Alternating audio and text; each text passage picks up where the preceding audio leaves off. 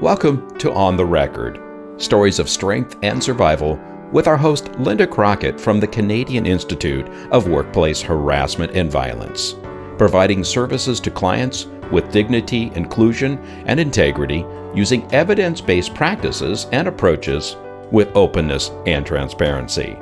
Sponsored by Global Sway. Good morning. My name is Linda Crockett. I am the founder of the Canadian Institute of Workplace Bullying Resources and the founder of the Canadian Institute of Workplace Harassment and Violence. Welcome to our episode of Doctors Speaking Out about Workplace Bullying and Harassment. This is an exciting episode, for we know that we don't normally hear about doctors speaking on this topic. It's time for you to hear their voices and their stories as well. I think you'll find it very powerful and very helpful.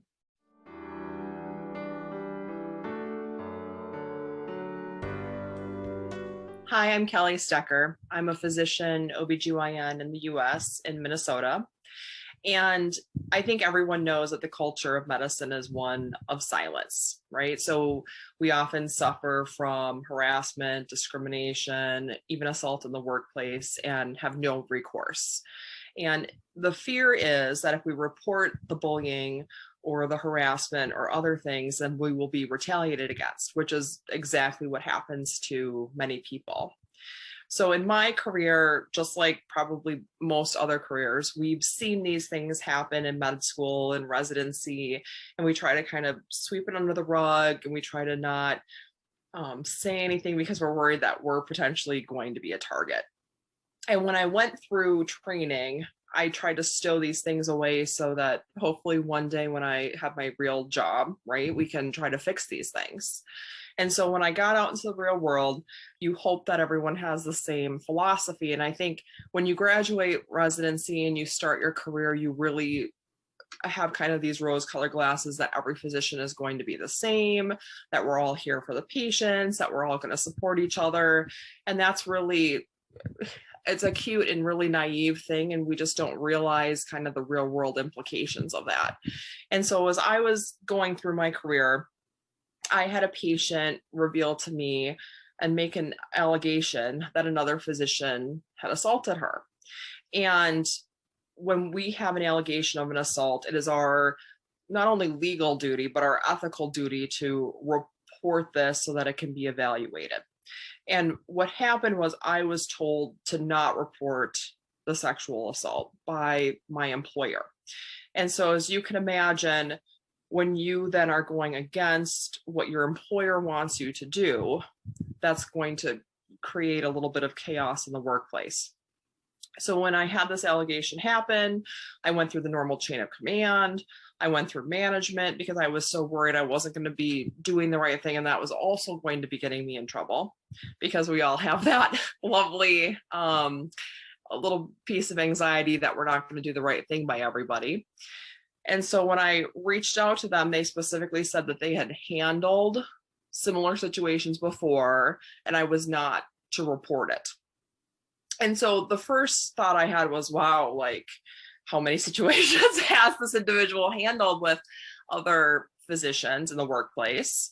And it didn't sound right. So I called the Minnesota Board of Medicine and I said, here's a potential theoretical situation. They said that I could be held accountable and potentially lose my license if I don't report this. So I was in a situation where obviously I probably have another 20 years of practice. I did not want to lose my license. I had this huge fear that I am a physician in a system, cog in a wheel that, can easily be discredited, because that's what happens often. And so of course I did what I thought was the right thing and also the legally right thing to do.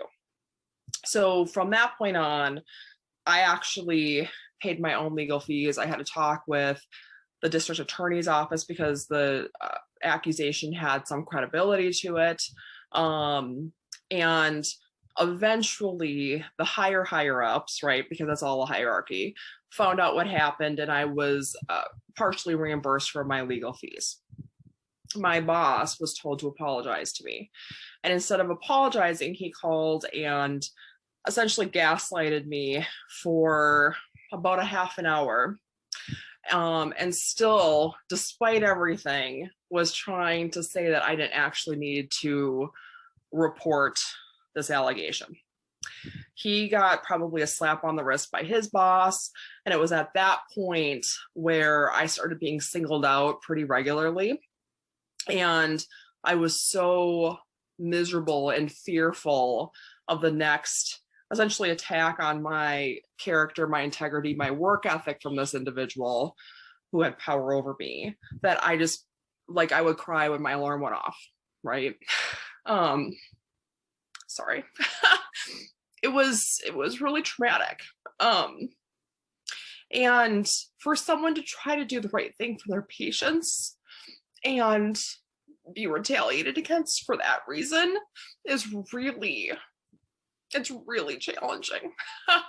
But in all of this, I became involved with a number of different organizations like Physician Just Equity, and Pringle Miller is one of the most amazing women here, and they offer support, and there's a lot of other physicians sadly who have gone through similar things, whether it's to them personally or to patients, and they're speaking out. And so there's a lot of organizations that are super dedicated to making sure we're okay. And during COVID, I had started an organization called Patient Care Heroes to help with mental health resources for physicians, because all of this is such extra anxiety and trauma and everything else that we really need the extra support and to make sure that we have the resources that we need. Thank you.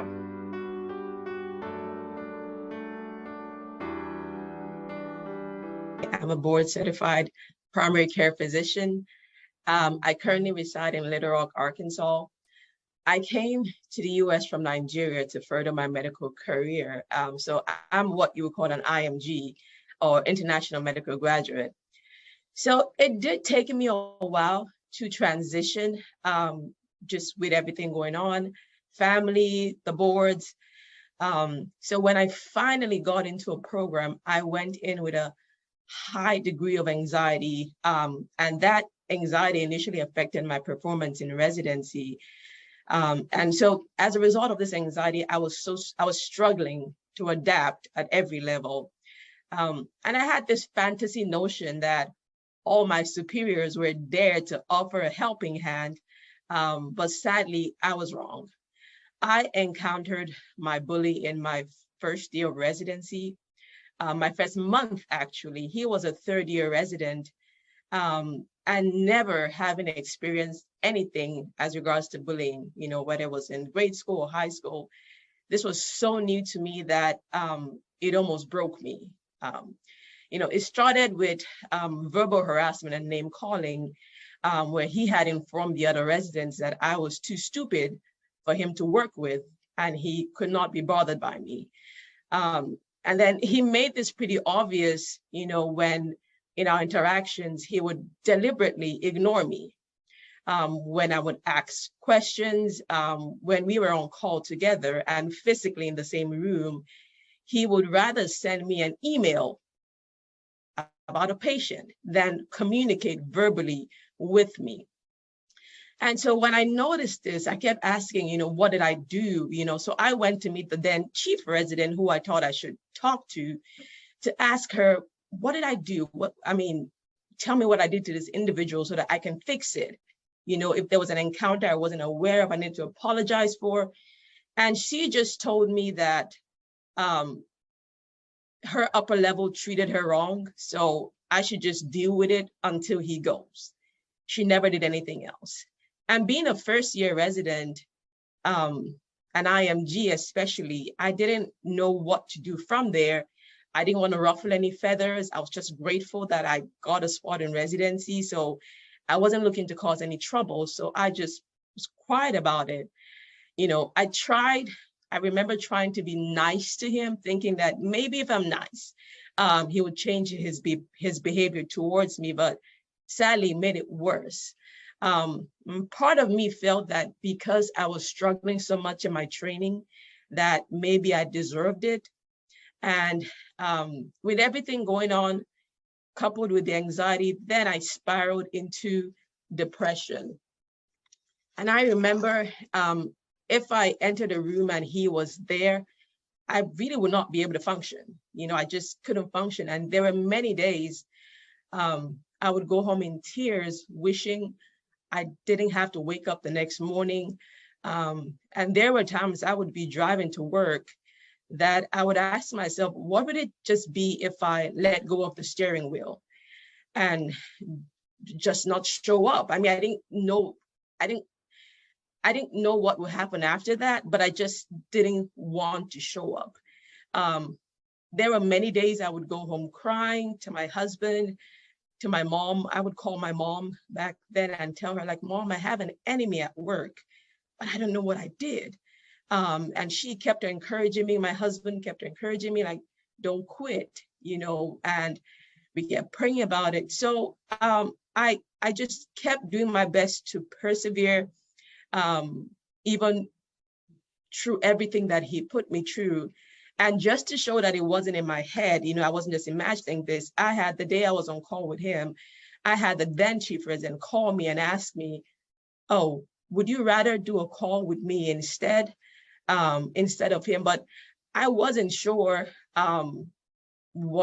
if there was a test behind it. So I just decided to go ahead and do it anyway, which was a big mistake on my part, because I was an intern there with the pager in the workroom, and he ignored me all day. I was so thankful that nothing major happened during that call, because I would not have had the confidence to call him, or the mind to call him, for fear of how he would ridicule me. And like I said, at this point, part of me felt like maybe because I was struggling so much, I deserved to be treated like dirt. The only reason I did not quit was because I knew how much I had prayed to God to get into a residency program. But I couldn't understand that now that it was finally here, the thing that I wanted so much was causing me so much pain, and putting me through one of the hardest seasons of my life. My faith in God and my family's help were very instrumental in keeping me during this period from going over the edge. And as a result of this, I pushed myself harder than I've ever done in my entire life, because I didn't want to be ever treated like I didn't exist or like a non-entity again.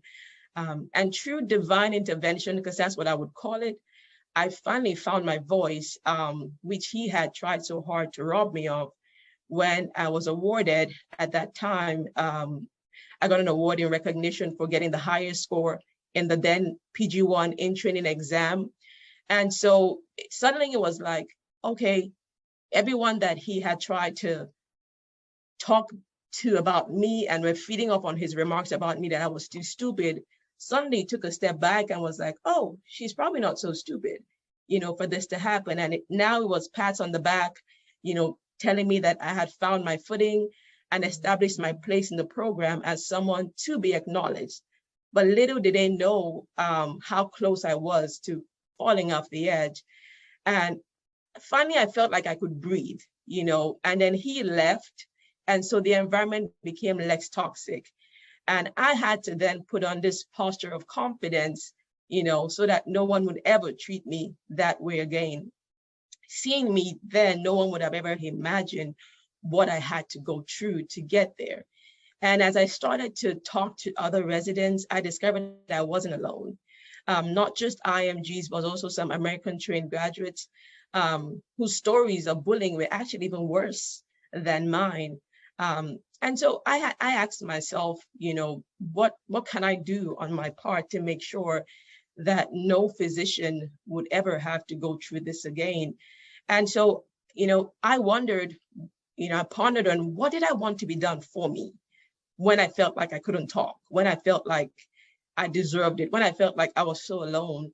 What could have helped me cope better? And I realized I wanted someone to speak up for me, someone to tell my bully that it wasn't okay, like it wasn't right for him to treat me that way, and it wasn't acceptable. And someone who was kind of patient enough to get to the root of my struggles, to find out why I was struggling so much, and just to feel like I wasn't alone. And so because of that, that's kind of how my organization was born. It's called Physicians Keepers. And it was kind of a player from being your brother's keeper, because I felt like no one stood up for me or voiced my concerns at that time. And so the goal of this was to tackle bullying and also to shine a light on physician depression, with the goal of one day eradicating these issues. And, we do this with awareness, and that's why I'm here today, just sharing stories like this to say that it does happen, and also to focus on training physicians to become effective mentors, leading with empathy and hoping to intervene, in cases where bullying is occurring, and to educate about how harmful it is to the physician, and to let others know that even if you're being bullied, you're not alone. And, we talk about the physician so much with bullying, but it also has a very harmful effect on the patient itself. And if you ask what do you mean by that? Let me give you an instance. When I was being bullied, if there was a problem going on with a patient or something that I felt that needed to be addressed, I wouldn't have said anything.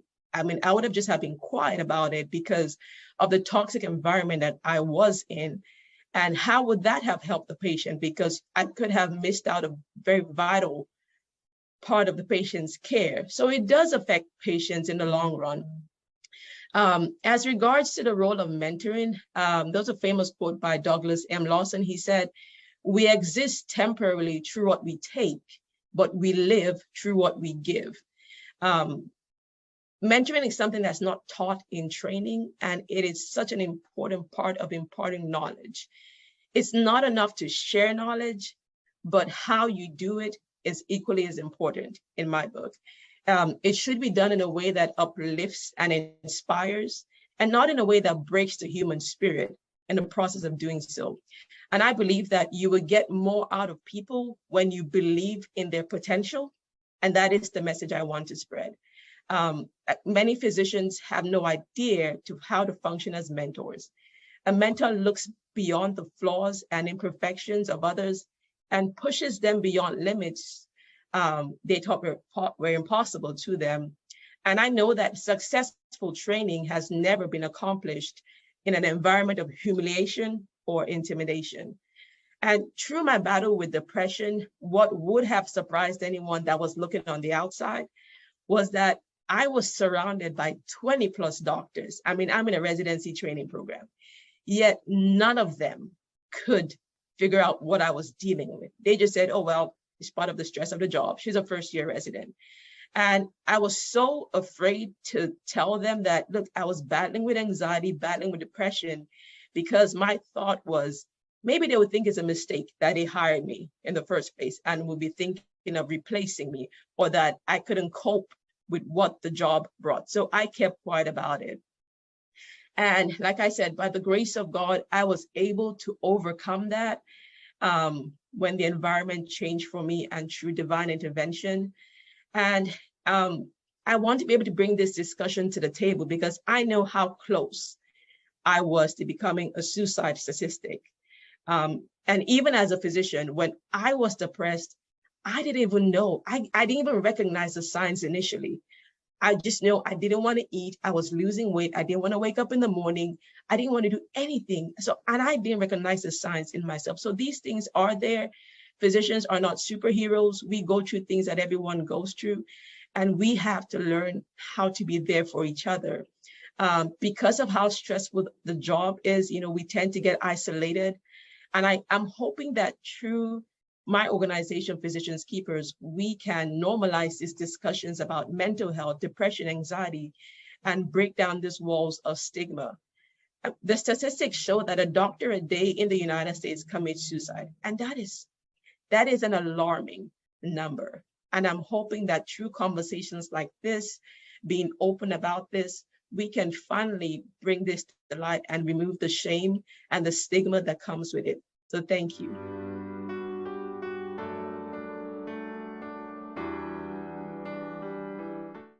I'm Adam Harrison, and I'm a family physician in the UK. I currently live in Nottingham in England, and I've experienced many episodes of workplace bullying in my career, double figures, probably more than a dozen, actually by my bosses, medical leaders, immediate colleagues, nursing colleagues, administration colleagues, and even patients, across the whole kind of spectrum and gamut of types of bullying, from the more overt school playground kind of aggressive bullying, to the more covert gaslighting, undermining, and sometimes they've been one-offs, and serious enough to my mind to class as bullying, and sometimes they've been more long-term things.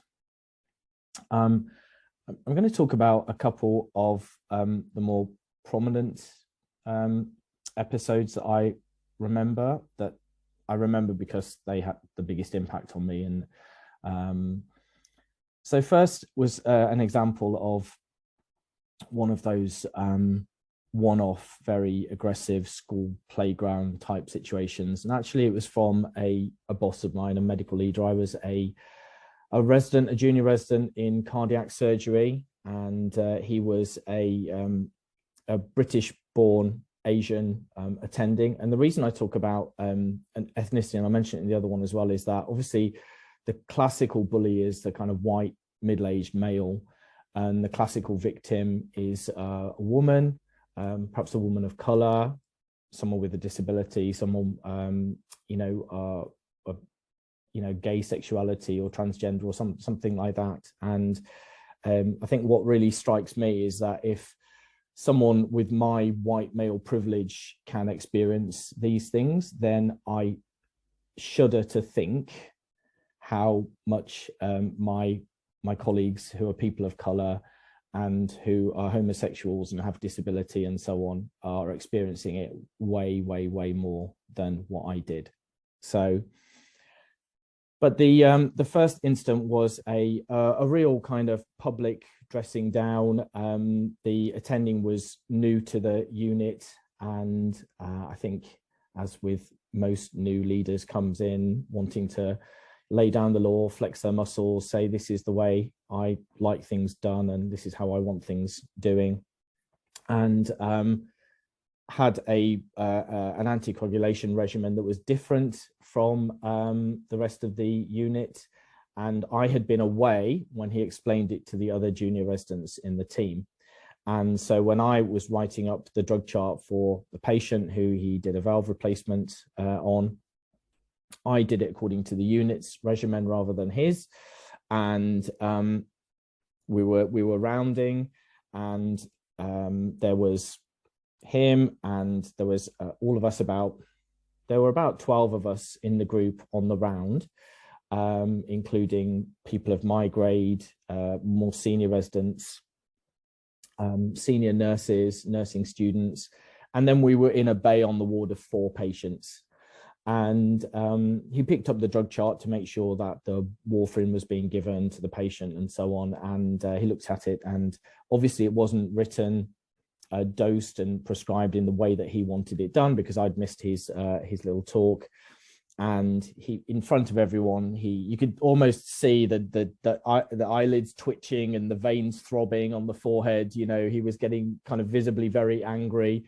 Who prescribed this? And we all looked at the drug chart, and it was my writing, and I said I did. And then he just, let rip, called me, stupid, shouted at me, why had I done this? Did I realize that, patient could have had a worse outcome and died as a result of what I'd done?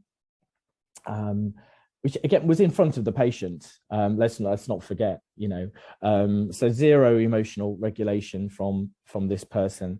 And it was just a public shaming, berating, belittling me. And I just felt so embarrassed. I just wanted the floor to open and swallow me up, essentially.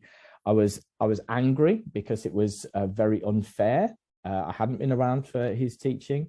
I was very upset, as you can imagine, when someone is shouting at you in your face in front of people. It's humiliating. And I took it. I said sorry, but I didn't realize that was how you like things doing.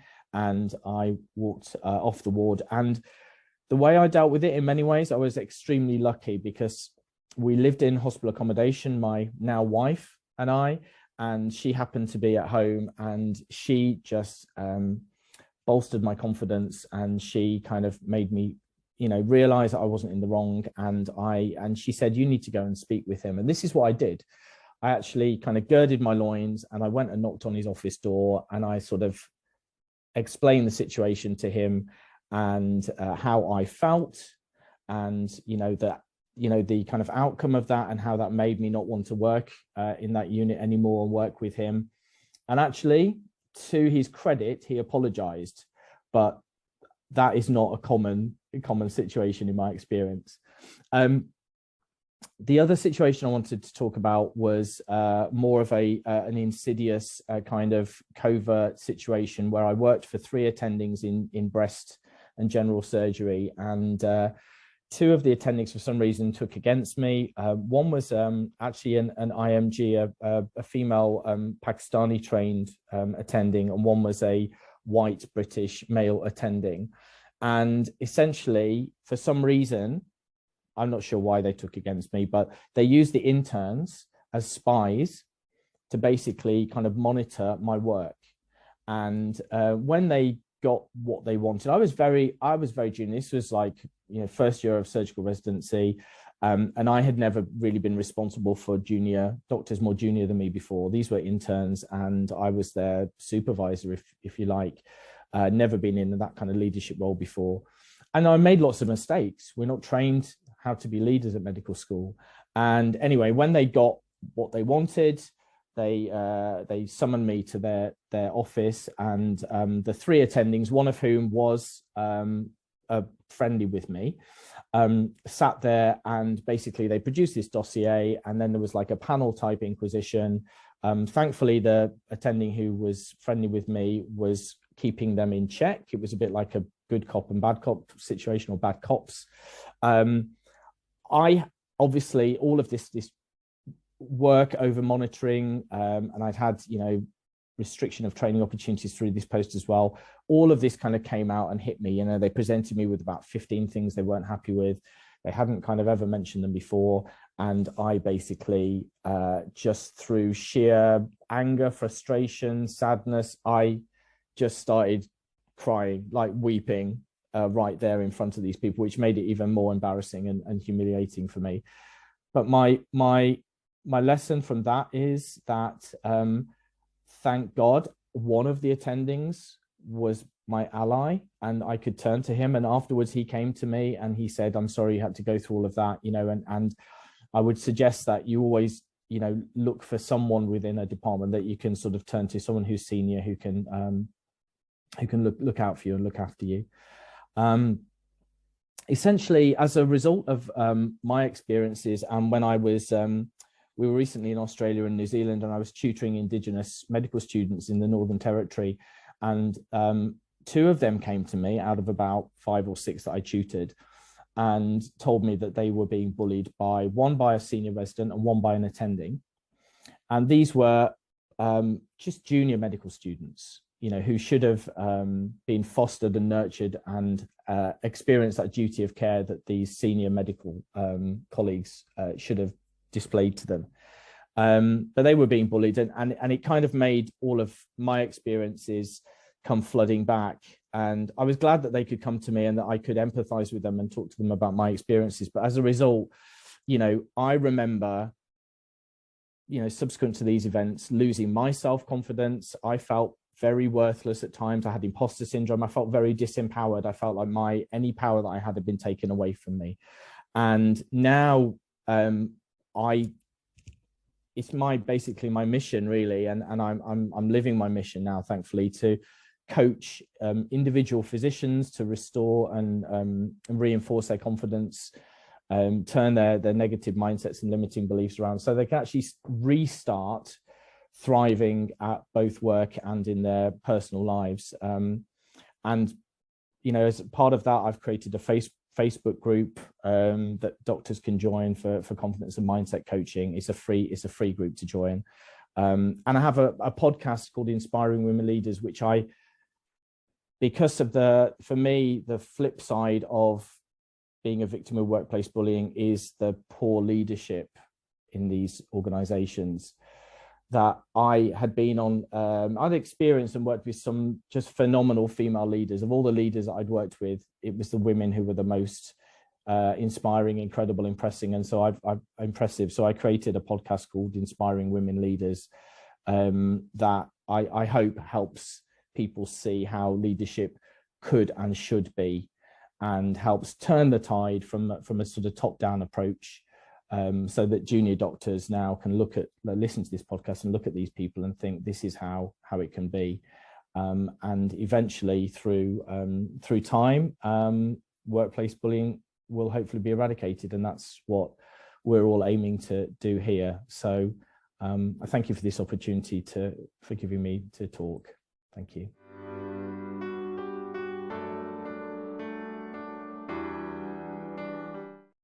Hi, I'm Amanda Brisebois, Mandy. I am a physician in Edmonton, Alberta, Canada, and I've been in practice 22 years. And when I met Linda, I was very excited to sit down with someone who is so like-minded and also on this call today with everybody. And I really want to add that as a physician, you can be a very, very strong physician and individual and go through these things that you've heard people say today. I've been in leadership, high-level leadership. I've seen many colleagues go through similar situations and really feel unable to advocate for themselves. And one of the reasons I wanted to go on this podcast is that I may not have a big story. And I think sometimes people feel that you have to have some big event in order to talk about it. I have 22 years of experiences where I've had aggressions towards me that I just accepted. People telling me I was stupid, yelling at me on the phone when I called for a consult. I remember hanging up after one night, it was 2 a.m, and someone was yelling at me, and I just hung up and I didn't know what to do. And as I got more and more experienced, I started to think, what do we do in organizations when this happens? And as a leader, I've had residents come to me to this day asking what to do when someone hangs up on them and refuses to talk to them, and assertively telling them. I've had nurses yell at me and tell me not to bother them. And I've recently heard someone say physicians are at the bottom of the totem pole on the team. And so this kind of behavior has made me want to quit many times. And I remember once when I was being told, I was a resident after being a staff for some time, and I was told that my idea was stupid. And I'm a general internist. I knew that I was right. I knew my idea wasn't stupid, but I was told that, and I just wanted to give up. And I'm a very strong individual, as everyone here is. And I went to the corner in a different area of the hospital, and I just started crying. I was like, I can't take this anymore.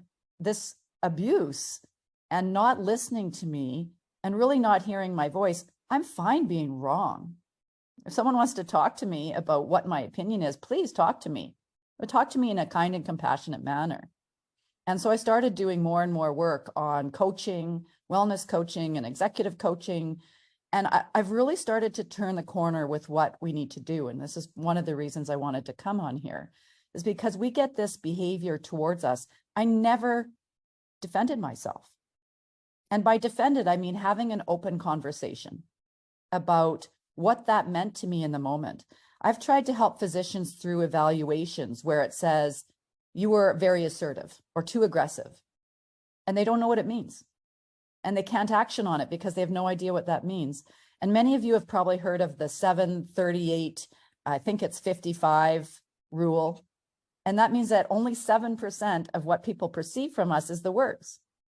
The 38% is the tone, and the 55% is the body language. So when someone's coming at me on the ward, it may be that tone, and that tone may mean something to them or nothing to them. But to me, it makes me want to quit my job. And so how do I deal with that? And I'm trying to get out the messaging that It's very important that we can empower ourselves to say, oh, you know, when you're saying that, I'm feeling like I've done something wrong. And what are you intending by saying that? And my guess is sometimes they'll be, oh, I'm just super stressed. I've got 15 patients in Emerge and I didn't even mean it that way. I just need to get this done. And so how do we start conversations in the workplace? And obviously when we hear some of these stories, some of it's just egregious. But this brings me to what can we do and how do we move to the organizations and say, this isn't a safe place? Because I have had lots of situations trying to support colleagues and myself where I didn't feel I had anywhere to go. And when you don't feel you have a safe place to go without repercussions, then what can we do about it? I really feel we need to have a safe place to go, and that as organizations and leaders, we need to step up and say, if we don't have a safe place, let's get one. And maybe you don't have to disclose who you are, or maybe you're not confident in the moment, but we need to get that messaging out. And that person that was interacting with you somehow needs to hear, was it the words? Was it the tone? Was it the body language? What was it that made you feel so marginalized in that situation? And, you know, we talk about equity, diversity, and inclusion. Many people have also come to me saying this was absolutely racially driven, but the words aren't racially driven when they review the situation with me. So what was it about that made them feel that way? And if we can't have these conversations, how do we move forward? And same with being a female. I never had thought I had been marginalized because I was a female. And the more I talk to people, I've had feedback before that I was very aggressive. And I thought, well, what? Me aggressive? And I've never had a complaint in my 22 years from a colleague or a patient. And so I walked away scratching my head for days and days. Like, how do I take that feedback? Is that because I'm a female? Because I actually exerted my opinion. So now I'm trying to really, in the moment, say, well, tell me about that. And this is where the whole coaching piece has really helped me. Open-ended questions and tell me what you mean by aggressive. I actually need more than that. And I deserve more than that, you know, as part of the team. And if the nurse tells me they're not going to do what I've asked and turn away and ignore me, I'm going to go to them. And as hard as it is, I'm going to say, can we talk? Because I want to be a part of this team. And instead of telling them that they've done something wrong, I'm going to tell them how it made me feel. I want to be a member of this team. And when you yelled at me and turned away, this made me feel like not a member of the team. And maybe I would word that differently, you know, and I hear myself speak, because as soon as you say you did this and you did this, when I hear someone's tone go up like that and they turn away, I feel like my opinion isn't important. And what do you need from me that I'm not giving you because I'm not feeling a member of the team? And so I think that we need to give messages to organizations. We need to sit together as teams, as physicians, but also including everyone else on the team and letting people know we are people too. Somehow I think people feel as physicians we aren't, and we don't hurt when someone yells at us and turns away, or someone says that we're stupid, or someone says our opinion is worthless. We absolutely care. We want to be members of the team, and this is very harmful for us in our career. I have had times where I do not want to call a staff because I know them and I know they're going to yell at me. And I am a good clinician. I know what I'm doing. And I'm afraid to call them because I think they're going to yell at me that it's not an appropriate referral. How does that happen? And I still regret not having conversations with some of these people. They've retired. And I think, how can I go around talking about this and I didn't do it myself? Well, you know what? I think we all have the ability to do it. And it's okay if we didn't do it in the past. Let's do it now. And so that's really my messaging that I want to get out, is that I'm not sure there's anybody who hasn't experienced something difficult like this where you feel like quitting your job. And with all of the things that are being laid on us now, and I keep saying we're being asked to do so many tasks that we're not trained to do, and it's more and more and more, and we can't manage this amount of work. We need to ask for help. We need to ask for help from our colleagues, our nursing colleagues, physiotherapists, all these people. Help us, help you so that we can provide excellence in patient care. And it all leads back to these words, this bullying and harassment. But I'd like to actually talk about, what is it? And what are the words and how do we move forward from it? Because I know we can. And I want to end with that piece of hope, because when you have all these brave souls online talking about their experiences and how they cried in the corner or how they felt so marginalized, they wanted to quit. You've had 10 years of university education and you want to quit. That's not good. So I hope we have faith. I hope people that know me come and talk to me and feel open to talk to me. And I hope that all of you on the call also, people realize that we're humans and that we want to have conversations in a kind and compassionate way. And that's how we can all move forward together and end this environment where we feel marginalized. And that's my message.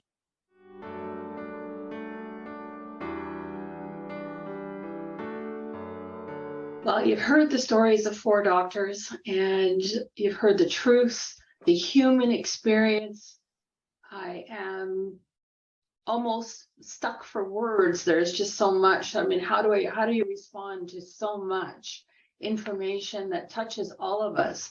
As a social worker who's worked in hospitals, I have seen bullying between nurses. I've seen doctors bully nurses. I've seen doctors bully social workers. I've seen social workers bully nurses. I've seen it from all professions.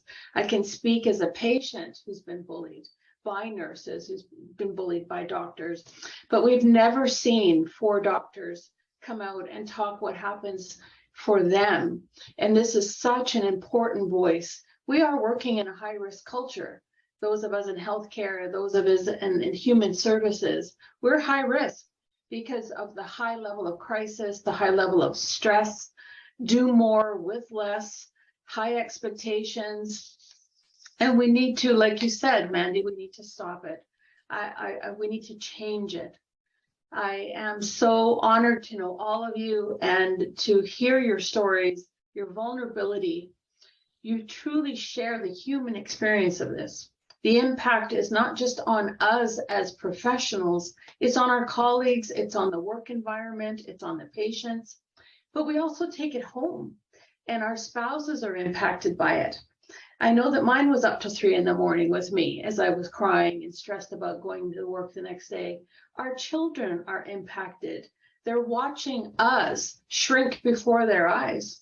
We're isolate. We don't come to those family functions anymore. So we know that this is impacting. It's like another virus in the workplace that is spreading, and we can stop it by talking about it, by sharing about it, by teaching, sharing these episodes and showing that this is not happening to weak, uneducated, inarticulate people who are lacking resilience. Not at all. This is happening to very strong, educated, smart, intelligent, go-getters, hard workers, ethical. You heard it from Kellie, all of us. So I'm hoping that this is going to make a difference, that you will share it and that you'll let other doctors hear about it. And as you heard, Allie, Adam, Kellie, and Amanda, Mandy, they're all offering services to help other doctors. And that, I hope, brings you hope. I would like to introduce my co-host, Shannon.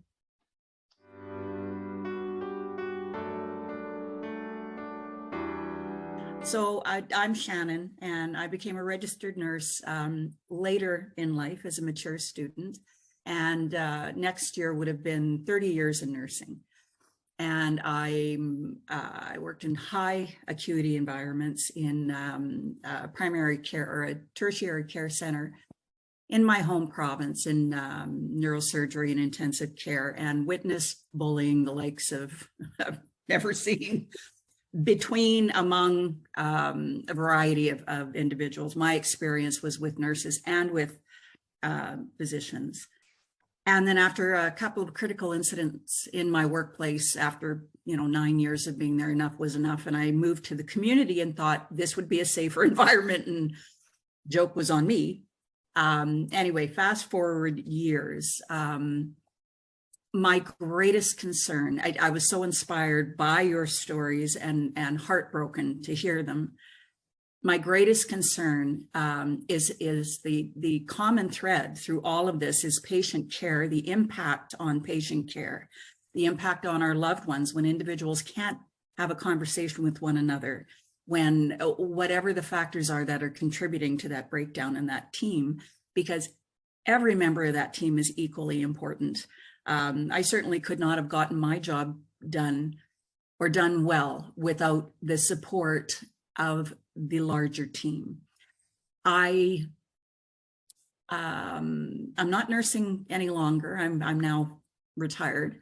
But my goal is to ensure that people have a voice, that they have these conversations, that they feel safe to have these conversations, that the culture of silence that was remarked on, that is, I think, one of the single biggest threats to patient care and public health that there is. Risk mitigation and the liability and risk culture. It doesn't promote patient health and safety. It undermines it.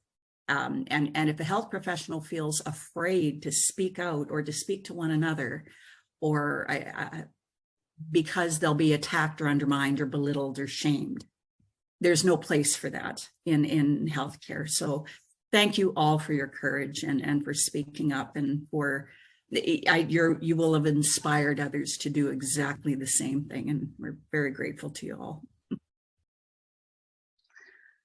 I just want to say thank you to everyone on this episode. The importance of your voice, the importance of your sharing. It is going to be helping doctors. It is going to be helping nurses. It is going to be helping patients. It's going to be helping everyone. These taboo topics have to be spoken. You have touched our hearts, but I also want to say that you are not alone. No matter what profession you are in, no matter what industry you're in, no matter where you're at, if you're a leader, if you're a person who's being targeted, if you're a witness who just doesn't know what to do, you feel stuck, if you are someone who suspects that you might be a bully, that you might be harassed, or you might have some behaviors that you want to change, that you just want to even assess or question or look at, you have 6 professionals here on this show that can help you. If you want to reach out, you'll see my contact information at the end of this video, and I can connect you to any one of them. They're also listed on my website. There are many other resources listed on my website. I just want to make sure you have hope, you're connected, you're not alone. All of us, most of us, can really relate to everything that everyone was said here. Even I was close to stepping on that bridge. So we know what it's like. Reach out, ask for help, break that stigma, break that stereotype. It is true strength to ask for help. Thank you for joining us. This episode was brought to you by the Canadian Institute of Workplace Harassment and Violence, providing consulting, coaching, mentoring, and training for the prevention, intervention, repair, and recovery of workplace bullying and harassment. You can reach us on our website at workplaceharassment.ca.